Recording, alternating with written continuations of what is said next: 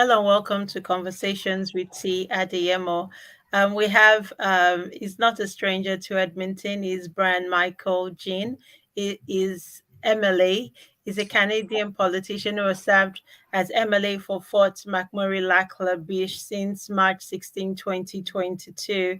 Um, he was leader of the opposition and the past leader of the Wilderness Party from 2015 to 2017 before its merger with the United Conservative Party. Joins us to discuss his campaign.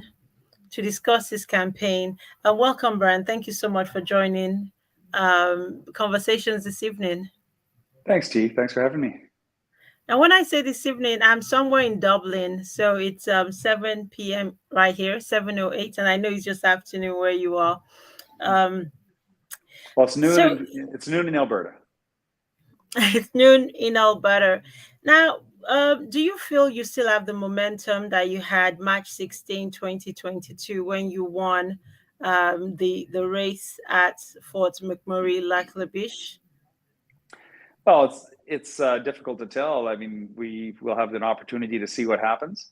Uh, you know, very very soon. We've got another 4 days to buy memberships, and it's unfortunate to see that Edmonton has been left behind a bit on the purchase of memberships. People don't seem to be as invigorated and interested as they usually are. And in fact, in the 2000s, Edmonton dominated the conservative membership uh, ownership in Alberta. And it's kind of surprising that right now Edmonton's not got involved as it should. I think it really should. And momentum is all about giving good ideas to people that want to be involved. And I think if people look at my campaign plan and strategy and just the history of how I have always been there to support Albertans and Edmontonians, especially, and the people just generally that are in need, I think people will come forward and support me. And that's what I think it's all about, is finding the people that can find those things that they like and come out, buy a membership and have a vote. It's less than a month until we have the opportunity to vote. In 2 months, we'll have a brand new premier and people can decide on who that premier is. That's the amazing part about right now, is all they have to do is buy a $10 membership in the UCP and be able to vote. And they've only got a couple of days left. I watched your election, and you were just really keen to get rid of the current premier, Jason Kenney, and now he's resigning. You have the option, but I've been reading in the news that Miss Smith is gaining momentum because of a very very interesting policies that maybe look a little like Premier Kenny's. I'm just wondering what your thoughts are. Should we believe the papers? And also, do you think that Edmonton is being tactical because Edmonton has always been known to be Alberta NDP? Maybe that's why people are not buying memberships as they should. Well, Edmonton hasn't been NDP very long. In fact, they turned to the NDP because they felt that the government of the day, the PCs, weren't respecting them and working for them. And that changed with the UCP. The UCP has been very active and it's working for the people of Edmonton, but it's got to come up with better ideas and ideas that win people, ideas that bring people together. And that's why I put forward the ideas that I have. And it's true that some people within this race are telling people fantasies, fairy tales about what could take place and what should take place, but what can't take place, that's reality. Fairy tales are not reality, and we have to deal with things as we can, and we have to make sure that we do it within the rule of law. We can't tell Albertans to break laws, some laws and not other laws. We can't tell Albertans fairy tales about what can take place. What we have to do is deal within the Constitution, tell the federal government that we are not happy with the current contract, and renegotiate that contract. That's what people do in business. That's what people do in relationships. That's what works. And that's what we have to do here. We can't go straight to hit the nuclear button and get the divorce before we actually sit down and have a good negotiation and discussion. And I was keen to see Premier Kenney go. I had great hopes for him when I left politics because of my family needs and took care of those, my family, that I had 3 estates to deal with and some other businesses to deal with. I had great hopes for Jason Kenney. I had great hopes for the future of Alberta. I had great hopes for my business and my family, but that didn't work out very well. And I knew firsthand at watching the polls, watching and talking to Albertans and right across Alberta that we were going to have an NDP overwhelming majority in the next election, which is less than a year away. And that's why I got involved last year. That's why I have talked about renewal, revitalization, bringing in a new leader so that Albertans can actually elect a premier that is a United Conservative Party member. and not because they're conservative, because they come up with great ideas for Albertans and how to support Albertans, make sure Albertans are in charge. And that's why my campaign is all about autonomy, personal autonomy. And autonomy means freedom, but I'm not talking about freedom from Ottawa or freedom from something else. I'm talking about freedom within your own lives to make your own decisions. And that means personal autonomy, my body, my choice, and I get to decide what I put in it and what doctors are able to do with it. And medical autonomy, being able to have doctors make choices for you and recommendations that might not be out of the mainstream, but that doesn't mean that they're wrong. Also having the autonomy, financial autonomy, owning your own house, owning your own car, owning your own future and savings, and making sure that we have more autonomy for Albertans within Canada. That means personal autonomy. It doesn't mean that we build walls. That's not what Brian Jean is about. I'm about finding things that we have in common, working towards those things that we can agree on, and trying to avoid the things that we don't agree on as much as possible, because there's too many things today that we actually can agree on and bring people together to make a better government, and therefore, support people in their lives. And that's what government should be there for, is to support people. I like the way you're sounding. You're sounding that you walk across the aisle. You're sounding like if you become premier, you will maybe even work with the opposition party. You're sounding like you'll have new enemies. But this was exactly the way Premier Kenny sounded when he went around in his blue, is it Jeep, his, I don't know, his truck. And everyone believed that, but unfortunately, that wasn't what it turned out to be. What are the assurances that you're going to give to Albertans? Because all this sounds brilliant: autonomy, personal autonomy, financial autonomy. But in actual fact, we saw corruption come in. How do we even know? Well, how do we even begin to regain faith in this system that was hammered down by your party, sir? Well, let me be clear, and I'm glad you did ask that, because passion of purpose makes a difference. I've been passionate about this purpose of autonomy for a long time. That's why I came up with the equalization referendum. That's why I came up with the equalization study when I was the leader of the Wild Rose. And Jason Kenney did follow through with it. But the equalization study he followed through with the referendum, he did nothing about it afterwards. And under Section 46 of the Constitution, we can clearly put forward a legal notice to the premiers of the other provinces and the Prime Minister of Canada and let them know that we want to do things different. Why would I do it rather than somebody else? Well, let me tell you what happened. The first thing you should know is that we've had the opportunity to have two parties come together. And I was the only person that resigned my position as the leader of the opposition in order for that to happen. And why did I do that? I did that not for myself, but I did it for the people of Alberta, because I wanted to make sure we had a strong voice that would represent the opposite of what the NDP is representing to the people of Alberta. And I believe that people know my track record. They know that I've lived in Alberta all of my life, that I have been a litigator for 10 years in Alberta, a business person, a community volunteer and activist, and a politician. Now, during that period of time, my many statements are on the record, and they will find that I have not violated or not followed through with any promise I've ever made to the people of Alberta, and nor will I ever do that, because I plan on staying in Alberta. I plan on living in Alberta, and I plan on being here in 20 years when I'm all finished, and people telling me I did a great job and I followed through with my promises, because I believe that there's nothing more important than having faith in politicians that are actually there for you. Now, wouldn't it be nice to have a politician that is actually there for the people of Alberta? Well, that's me, and I always have been, and I will continue to do so. And if I need to step down and resign or give something up personally again, I will do so if that means what's best in the best interest of Albertans. And I can't be responsible for what decisions Jason Kenney made. I can't be responsible for what cabinet decisions he directed. But let's be clear, I have a different way of doing things. It's not so much the policy and where we get, but it's how we get there. And it's bringing Albertans with us, making sure that people feel part of the team, making sure you're transparent and accountable so people understand, and changing your mind as you go so you reflect what people want. And that's what it's all about. To be a politician is to reflect the priorities of the people you serve. And that's what I'm going to do every single day.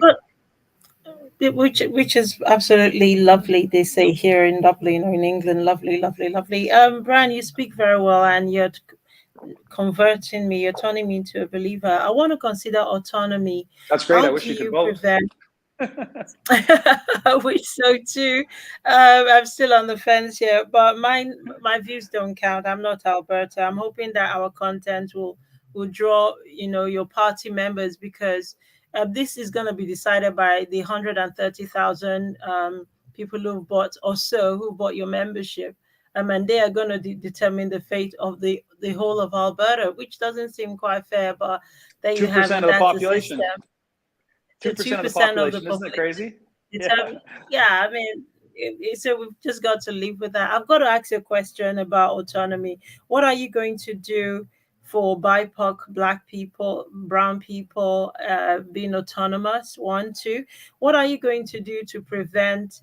Right now, you're not in a bubble. You're talking to people. You're like us, I think. But when you become premier, you're in a bubble. The people around you will only you only hear them say what you want to hear. How do you prevent your autonomy at that time from negating the general values of Albertans? Your Well, thoughts? first of all, I don't surround myself with yes people. That's been one of my policies in business. That's been one of my policies in politics. I like no people. I like people that say, Brian, you're wrong.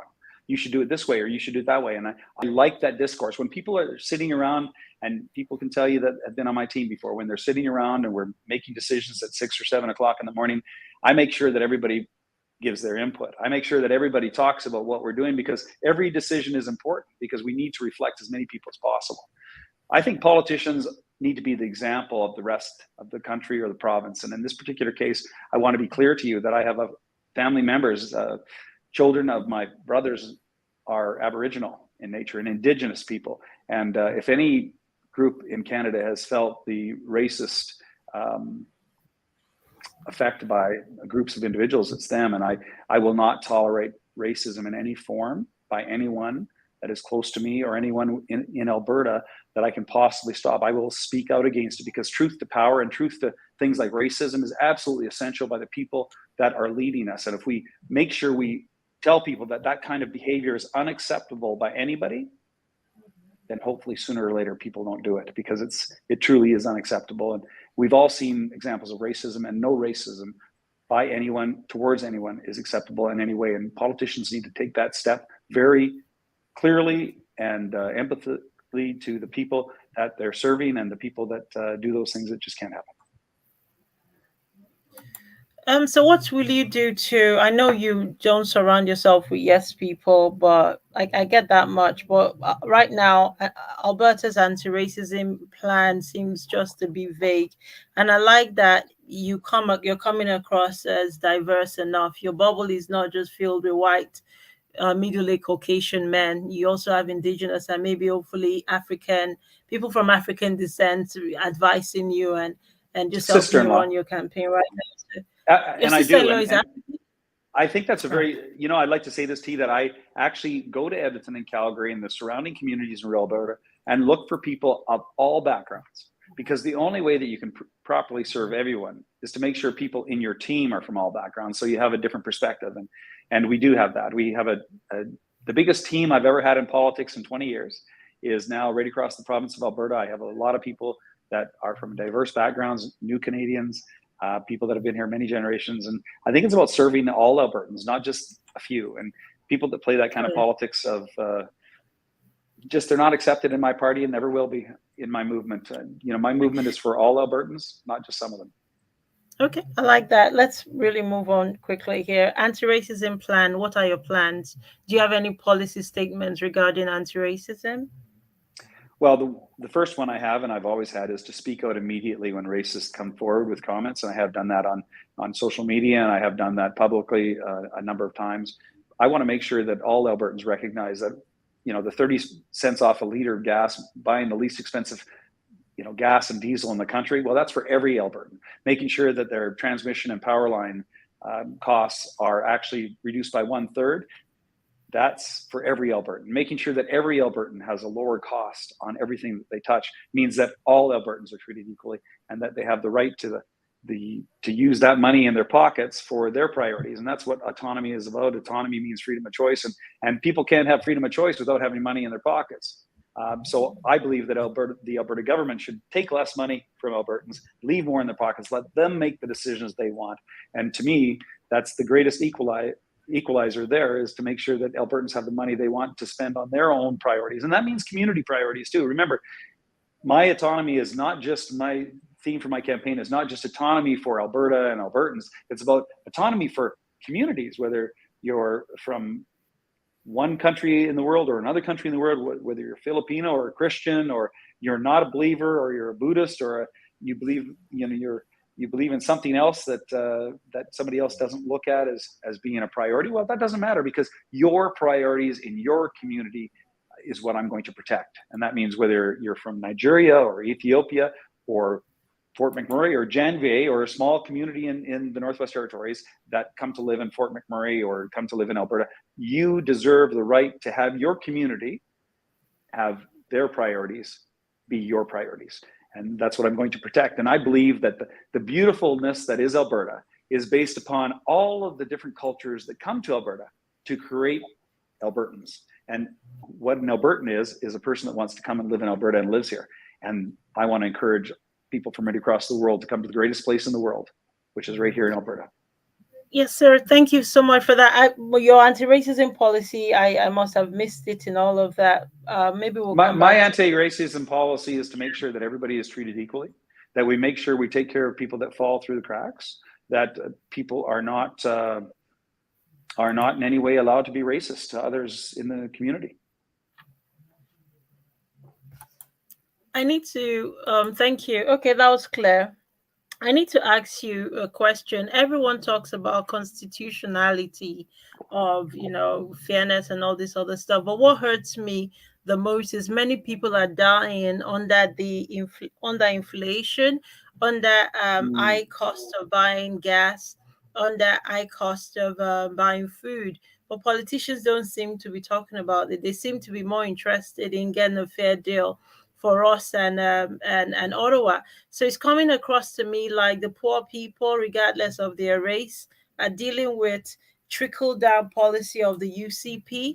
And then all the UCP want is just some sort of fair deal that leaves the rest of us bankrupt and just poor. So could you please talk about this trickle down thing? Because we saw with the UCP party, we know they love business. We saw how the government circles enrich themselves. You talked in a speech about a month ago. They were drinking Eneski, some sort of wine at the top of a building. Was an embarrassment for the county government. I know that's not you, but I also know your party, the UCP party, is trickle down. You guys believe in big corporations. You believe T, you that want to is not empower true. the That is not people true. with That big is not true. money. No, So that's I not true, don't. T. Okay, Please, then don't say that. educate us, because the little people right now are hurting with the Absolutely. inflation crisis. But all I'm hearing is constitutionality and fairness, and people are not speaking what I want to hear. Like Well, the let me tell rates you, are. T. Let me tell Okay, you. Let me tell you. okay. So first of all, I've suggested that our gas prices, gasoline and diesel prices, will be the lowest in the country. You know why? Because right now we consume about 380,000 barrels a day in Alberta, and we pay royalties on that. Can you believe Albertans pay royalties on what they already own? So Brian Jean government will reduce the cost of inflation and the cost of gas and diesel by about 30 cents a liter based on prices a couple of months ago. Now, the reason why we would do that is because people are hurting. The most vulnerable are hurting. Why would we cut transmission and distribution line costs? Well, because they're very high costs, and for home electricity, they need to be done. And we need to support people on the ground. It's not about corporations. Corporations are there for one purpose and one purpose only.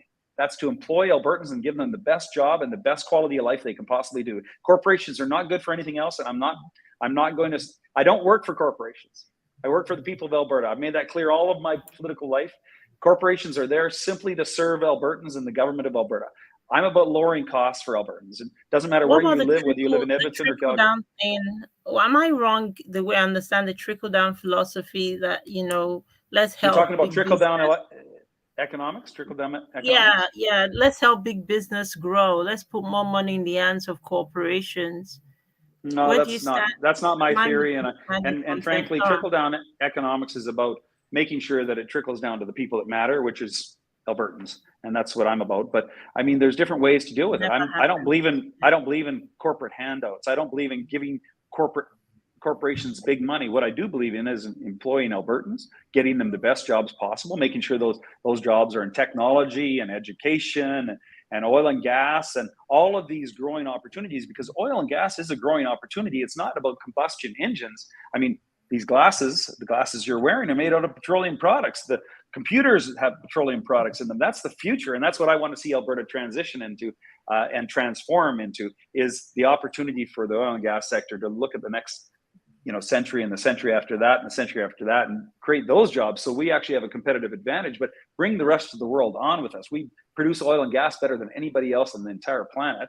We do it more environmentally friendly and more rights and human rights involved than anywhere else on the planet. I'm proud of what we do here, but we need to move away from the combustion engine in time. That's happening, and we need to look at other opportunities to transform our technologies and our people into better paying jobs that are frankly in the new reality that we have here.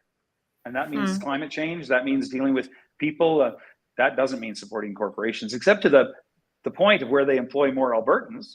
Certainly we should encourage them. They're partners. They're partners in making wealth for people, but they're not people that, I'm not into big corporations. I'm not into the big corporate handouts at all. I promise you that. I never have been, never will be. I work for the people of Alberta, and I will never work for any big corporations or the government. I work for the people. All right, Brian, that's comforting to know, because Ladies Corner, we are the little people, sir. We are the little women. We are the everyday women, everyday men. We are the people struggling. So I'm sorry if I come across as aggressive or rude. That's okay. I just wanted to make you understand the pain right now with inflated costs. And I've got one more question. I know you're passionate about healthcare and climate change, and you alluded to some climate change right now. Let me rephrase that. What are you going to do on day one you become premier? Two, what is the most important thing people tell you when you go knocking? What's the most common theme that occurs when you go door knocking? Do you go door knocking? I'm sure you go door knocking. And finally, can we do them one at a time? I know your time, your PA is not bugging me right now, but I know I'm looking at the time, and I know you've got to go. So yeah, okay, I'll maybe even end it there. So those are the two things. Yeah. Okay. Day one, I don't mind, T. Day one, and I really appreciate your conversation. My mother was the most powerful person in my life. She was amazing, an amazing person, and to have a woman that's the most powerful person in your life gives you a different perspective. So day one, I will give, under Section 46 of the Constitution of Canada and the Supreme Court of Canada's reference case in Quebec, I will give notice to the premiers in the other provinces and the Prime Minister that we need to open up the Constitution, have a discussion about some things, equalization being one. We send $20 billion a year, more than we get back in services and products from the federal government every single year. We do that in Alberta. We need to keep more of that money here because we frankly have issues, and inflation is one of those issues. Also, infrastructure. We have a huge infrastructure deficit in this province, and we don't have the social structure to maintain the people, to stop them from falling through the cracks, and we need that money back. So that's number one. And I would do that on the basis of, we need to talk about the Senate. And you're not going to believe this in England, but we don't have a Senate that's elected. We don't have a Senate that actually speaks for us. We have a Senate that is just a rubber stamp, and we need to do something differently, because right now we have things that the federal government passed that are just against one province. For instance, a tanker ban on our west coast. We have a tanker ban on our west coast that affects Alberta and Saskatchewan, but doesn't affect Quebec or Ontario. And they actually have tankers, single hull tankers, by the way, that come in the St. Lawrence Seaway. And we're not allowed to have them off our coast, off our ocean. And the United States have tankers going back and forth just about every day on the same place that we're not allowed to. Now, that's the Prime Minister of Canada that said we can't do that. So we have to change things, because Albertans feel totally out of touch with Eastern Canada. And we need to make sure that our liberal elite politicians, the Laurentian elite that have been deciding our future for the last couple of 100 years, well, we want to decide our own future. And that means the little people that you're talking about, just like me and just like all of my family and all of my friends that live up in Fort McMurray, we feel far removed from Edmonton. We feel further removed from Ottawa. Well, we want to be part of the decision making, because we want more of our money, our rights, our autonomy, our freedoms right here in Alberta. And we can get that if we pick the right premier. And we need to pick a premier that actually cares about people. And I care about people, because healthcare, as most people know in Alberta, killed my son. The process did, because it was negligent. And I'm not going to get into it particularly, but I had AHS apologize to me, but nothing happens. I bet you the person that did that still doesn't know to this day what they did to kill my son, to let him die. So I'm just going to say to you that AHS is a very important thing to me, and I love the doctors, I love the nurses. The people that work there are fantastic, but the system sucks, and it needs to be fixed. And that doesn't mean the people in the front line, it means the managers that manage managers. We have far too many managers, we have far too many paper pushers. And as a litigator, as a lawyer, I can tell you that I bet you they spend 50% of their time, 60% of their time filling out paperwork and not healing people and not treating people. And we need to change that. We need to change it so we actually treat people enough so we get good outcomes. Right now, our outcomes are some of the worst in the world of any developing country and most expensive. So we're not getting what we want. I don't mind the healthcare system being the most expensive in the world, but we better get the results to substantiate it. Okay. What I love about this process is I think have actually some some really difficult, but maybe not questions, but you've been really generous, and I appreciate your time this afternoon, and I hear what you say about healthcare. I'm sorry about your son. You are a man like God. You've borne some sorrows, and it makes you really humane. It makes you unquestionably sincere, I think, and I just want to say I hear what you're saying, and I'm sure all of Albertans to do as well. Before you go, what do you do for your mental health? What when you're tired of all this Section 46 talk, where do you go to get your fire back?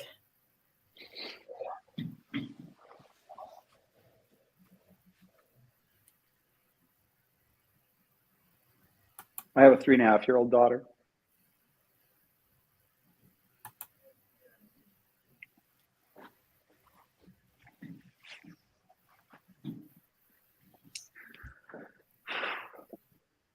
Sorry, T. I spend time with her. I don't want to have what happened to my son happen to her or anybody else.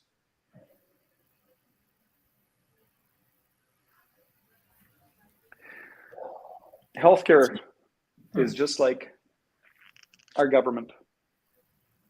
It's so important when it's there and it helps. But it is so bad when it destroys.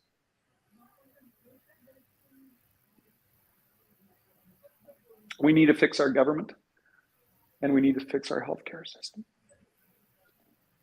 And if people elect me, I will do that. I have gone through a ton of stuff, just like Albertans do. Every family goes through tough times, and I've gone through a few tough times in the last 5 years.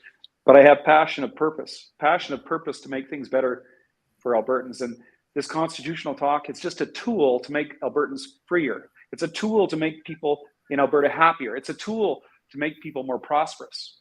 It's not an ideological situation.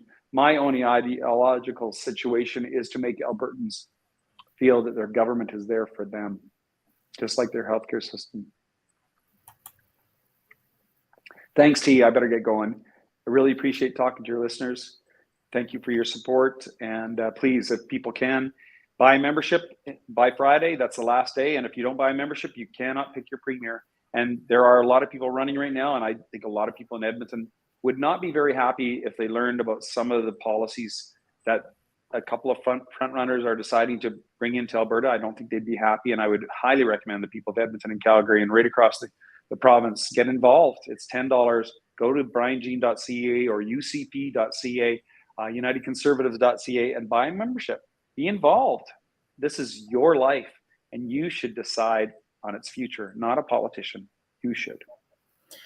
I'm sorry to upset you, Brian. I want to say thank you for your time this afternoon. That was really deep. Thank you so much for your time, and all the best with the campaign. And I hope to speak to you again soon. I hope so too, T. It's been beautiful. It's been beautiful. Thank you. Take care. Thank you. Thank you. Bye.